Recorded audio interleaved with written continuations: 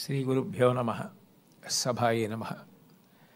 వేదిక మీద ఉన్న పెద్దలందరికీ, అట్లాగే సభలో ఆసీనులైన పెద్దలకి నా హృదయపూర్వక నమస్కారాలు. పిల్లలందరికీ కూడా నా హృదయపూర్వక ఆశీర్వచనాలు. నాకు ఈ కర్తవ్యాన్ని అప్పచెప్పినప్పుడు గౌరవ ముఖ్యమంత్రి గారు నాతో మాట్లాడుతూ ఒక మాట అన్నారు. నైతికత అన్నది ప్రారంభం కుటుంబంలో ప్రారంభం కావాలి. తల్లి మాట వినడం, తండ్రి మాట వినడం, అన్నదమ్ముల్ని ప్రేమించడం ప్రారంభమైతే సమాజాన్నంతటినీ ప్రేమించడం తనంత తానుగా అలవాటవుతుంది.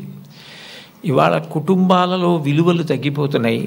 కుటుంబ సభ్యుల మధ్య ప్రేమ, అవగాహన తగ్గిపోతున్నాయి.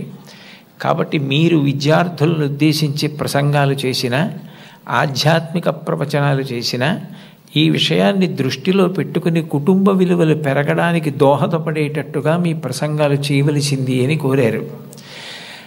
ఇది మొట్టమొదటిసారి ప్రభుత్వ పక్షాన జరుగుతున్నటువంటి విద్యార్థుల సమ్మేళనం కాబట్టి నాకు ఎవరు ఈ కర్తవ్యాన్ని అప్పచెప్పారో వారు నాకు చేసిన సూచనని నేను ఔదలదాల్చవలసి ఉంటుంది. కాబట్టి వారు చేసిన సూచనతోటే నా ప్రసంగాన్ని ప్రారంభం చెయ్యాలి అని నేను అనుకున్నాను. కుటుంబం అనేది భగవంతుడు మనకిచ్చిన గొప్ప వరం. తల్లి కడుపున పుడతాం. నిజానికి ఈ తల్లి కడుపున పుట్టాలి అని ఎవరు నిర్ణయించుకోరు. అమ్మ కడుపులో కటిక చీకట్లో తల కిందకి కాళ్ళు పైకి పెట్టి 9 నెలలు పెరిగిన తరువాత తాను విసర్జించిన మలమూత్రములలో ఉంచి పుట్టినటువంటి క్రిమికీటకములే కోమలమైన తన శరీరాన్ని కొరుకుతుంటే బాధపడలేక చిట్ట చివరికి ప్రసవమై తల్లి కడుపులోంచి బయటికి వచ్చినటువంటి శిశువు ఒక్కసారి 6 అడుగుల ఎత్తు ఉన్నటువంటి పెద్ద పెద్ద ఆకారాలు, దీపాలు, కాంతి, దానికి తోడు మాటలు ఇవన్నీ వినపడి శరీరావయవములు పనిచేయడం ఆగిపోయి మూత్రపిండాలు, గుండె మొదలైనటువంటివి కూడా ఆగిపోయే పరిస్థితి ఏర్పడితే అప్పుడు అమ్మ తొలి దైవమై ఆమె యొక్క స్థలము నుండి కోలోస్ట్రం అనబడేటటువంటి పసుపు పచ్చటి ఎరుపు రంగులో ఉన్న ముద్ద, ఒక ద్రవం విడుదలవుతుంది. అది భగవంతుడు పెట్టినటువంటి ఒక గొప్ప వ్యవస్థ. ఏమీ తెలియనటువంటి పసిపిల్లవాడు అంత భయానక స్థితిలో అటువంటి ఆకారాలు, వెలుతురు చూసి భీతిల్లిపోతే లోపల ఉన్నటువంటి మలం గడ్డ కట్టేసి నల్లగా అయిపోయి, బ్లాక్ స్టూల్ అంటారట దాన్ని, నల్లగా అయిపోయి ఆ మలాన్ని విసర్జించడం చేతకాక హృదయ స్పందన కూడా ఆగిపోయే స్థితి ఏర్పడితే అప్పుడు పిల్లవాడికి గొప్ప స్వాంతన కలిగి కే మొదలైనటువంటి విటమిన్లతో కూడుకుని మళ్ళీ లోపల ఉన్న ప్రధానమైన అవయవాలన్నీ పనిచేసి గడ్డ కట్టినటువంటి మలం బయటికి వెళ్ళిపోయేటట్టుగా చేయగలిగిన శక్తి కలిగిన కోలోస్ట్రం అమ్మ యొక్క స్థనం నుంచి విడుదలవుతోంది. ఈ మాటలు నేను చెప్పట్లేదు. చాలా ప్రఖ్యాతమైనటువంటి ఒక గైనకాలజిస్ట్, ఒక డాక్టర్ గారు, రామాంజనేయులు గారని, వారు ఒక పుస్తకం రాశారు. ఆ పుస్తకం ఇంగ్లీష్లో ఉంది, మాతృదేవో భవ అని. ఆ పుస్తకంలో ఆయన వైద్యశాస్త్రాన్ని స్త్రీకి అన్వయం చేసి అసలు స్త్రీ అన్న ప్రాణి లేకపోతే ఈ సృష్టి లేదు, ఒకవేళ సృష్టి జరిగినా నిలబడే అవకాశం లేదు. తండ్రి కోట్లకు పడగలెత్తినవాడు కావచ్చు, గొప్ప అధికారి కావచ్చు, కానీ పుట్టినటువంటి పసిబిడ్డ ఆకలితో ఏడుస్తుంటే ఆ పసిబిడ్డకి పాలు పట్టగలిగినటువంటి శక్తి అమ్మకు ఒక్కదానికే ఉంటుంది. నేను ఈ బిడ్డని రక్షించుకోవాలి అన్న తాపత్రయం, ఆ తిరుగులేని ప్రేమ అమ్మకి మాత్రమే ఉంటుంది. అది కేవలం మనిషిలో కాదు. మీరు ఏ ప్రాణిని తీసుకోండి, కోడి గ్రద్దని చూస్తే హడిలిపోతుంది. అట్లాంటి కోడి తన గుడ్లని పొదిగి పిల్లల్ని చేసిన తరువాత ఆ పిల్లలు కొంచెం దూరం వెళ్ళి ఏదైనా తింటూ ఉంటే ఎక్కడ గ్రద్ద వచ్చి పిల్లల్ని తన్నుకుపోతుందో అని మెడ ఎత్తిపెట్టి ఆకాశం వంక చూస్తూ కొక్కొక్కొక్కొక్కొక్కొక్కొక్క అంటూ, ఒకవేళ గ్రద్ద వస్తే 2 రెక్కలు ఎత్తిపెట్టి పిల్లలన్నింటినీ రెక్కల కిందకి తెచ్చేసుకుని రెక్కలు ముడిచేసి కంఠం ఎత్తిపెట్టి ముందు నా కంఠాన్ని కోసేసి అప్పుడు నా పిల్లల్ని చెనకు అని గ్రద్దకి ఎదురు తిరుగుతుంది. ఒక కోడికి ఎవరు నేర్పారు తన పిల్లల్ని కాపాడుకోమని? స్త్రీ ప్రాణి. కోడి పుంజుకు లేదు ఈ లక్షణం, కోడి పెట్టకుంది ఈ లక్షణం, ఆడ కుక్కకుంది ఈ లక్షణం, ఆడ పందికుంది ఈ లక్షణం.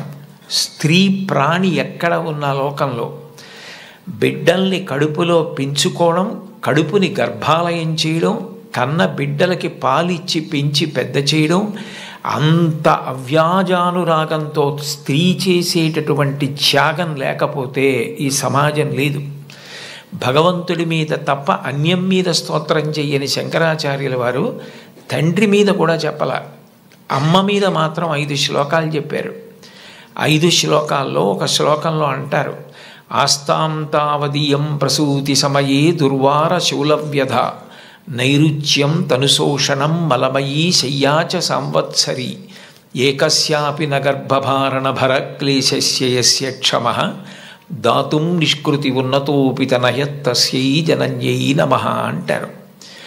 9 నెలలు కడుపు పెద్దదై వికారమును పొంది తాను వంగలేక పని చేసుకోలేక తిందామంటే ఆహారం సహించక ఎంతో కష్టపడి తాను మరణ సదృశమైనటువంటి వేదన పొంది అన్ని నిప్పులు పడి బిడ్డని ప్రసవించి ఆ బిడ్డకి పాలిచ్చి పెంచి పెద్ద చేసి ఏడాది పాటు చలికాలం లేదు, వర్షాకాలం లేదు, మంచంలోనే మలమూత్ర విసర్జన చేస్తే ఆ మలమూత్రములను తుడిచి కడిగి బిడ్డని రక్షించి తాను ఉపవాసాలు చేసి చిట్ట చివరికి అవసరమైతే పిల్లవాడు ఎంత పెద్దవాడైనా వాడికి ఏదైనా కించిత్ అనారోగ్యం కలిగిందంటే భయం వేసినటువంటి మనసుతో నా ఆయుర్దాయం కూడా నువ్వే పోసుకొని బ్రతుకని అనగలిగినటువంటి వ్యక్తి ప్రపంచంలో ఉంటే అది అమ్మ ఒక్కతే.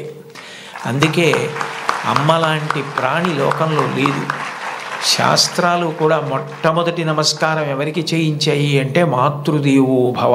మాతృదేవో భవ అంటే భగవంతుడు అమ్మ రూపంలో ఉన్నాడు అని కాదు దాని అర్థం.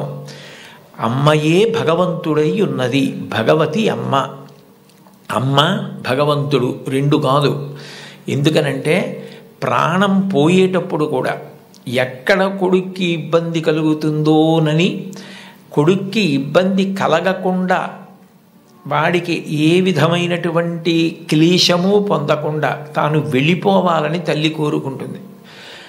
సభలో చెప్పడం నాకు ఇష్టం లేదు, కానీ నేను ఉద్యోగం చేసిన రోజుల్లో నాతో పాటు ఉద్యోగం చేసినటువంటి ఒక వ్యక్తి తల్లి, ఆమెకి గుండె నొప్పి వస్తోందని తెలిసినా కొడుక్కి చెప్తే ఎక్కడ కొడుకు వైద్యానికి తీసుకెడతాడో, ఎక్కడ కొడుక్కి చాలా డబ్బు అయిపోతుందో, ఆడపిల్లలు పెళ్ళికి ఎదిగొచ్చారు, మగపిల్లలు చదువుకుంటున్నారని చెప్పడం మానేసి కొడుకు నిద్రపోవడానికి వెళ్ళిపోతుంటే పిలిచి ఒక్కసారి ఇలా కూర్చొని ఒళ్ళో తలపెట్టుకుంటానని, ఒళ్ళో తలపెట్టుకుని నేను నిద్రపోయిన తర్వాత నువ్వు వెళ్ళి పడుకో అని అంటే ఆవిడ ఉద్దేశ్యం ఏంటంటే ఆవిడ శాశ్వత నిద్రలోకి వెళ్ళిపోతోంది. ఆ కొడుకు ఒళ్ళో తలపెట్టుకుని పడుకుంటే కొంతసేపటికి తల్లి కదలటం లేదని వాడు కదిపి చూస్తే తల్లి శరీర త్యాగం చేసేసింది. ఆ తర్వాత తెలిసింది, తన భార్య చెప్పింది, కొంచెం గుండెల్లో నొప్పిగా ఉందమ్మా, బరువు పని చేయలేకపోతున్నాను, కానీ వాడికి మాత్రం నువ్వు చెప్పకు సుమా అని ఒట్టేయించుకుందట కోడలతో. అది తల్లి అంటే. అమ్మ అంటే అంతటి ప్రేమైకమూర్తి. అమ్మ లాంటి వ్యక్తి జీవితంలో ఇక దొరకదు. జీవితంలో అన్నిటికన్నా పెద్ద నేరం ఏమిటంటే అమ్మకి చెప్పలేము అన్న పని మనం చేయడమే. ఏ పని మనం చేస్తామో అది అమ్మకి చెప్పగలగాలి. మీరు ఏ పని చెయ్యండి, ఇది అమ్మకి నేను చెప్పలేను అన్న పని మీరు జీవితంలో ఎప్పుడూ చెయ్యకూడదు. భగవంతుడెంతో అమ్మ అంతే. మీరు మహాత్ములైన వారి ఎవరి జీవిత చరిత్ర పరిశీలించండి. అమ్మకి నమస్కారం చెయ్యకుండా, అమ్మ గొప్పతనం చెప్పకుండా లేరు.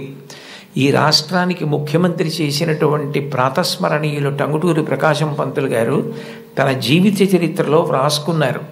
తాను మిడిల్ స్కూల్లో ప్రవేశించినప్పుడు 3 రూపాయలు జీతం కట్టలేకపోతే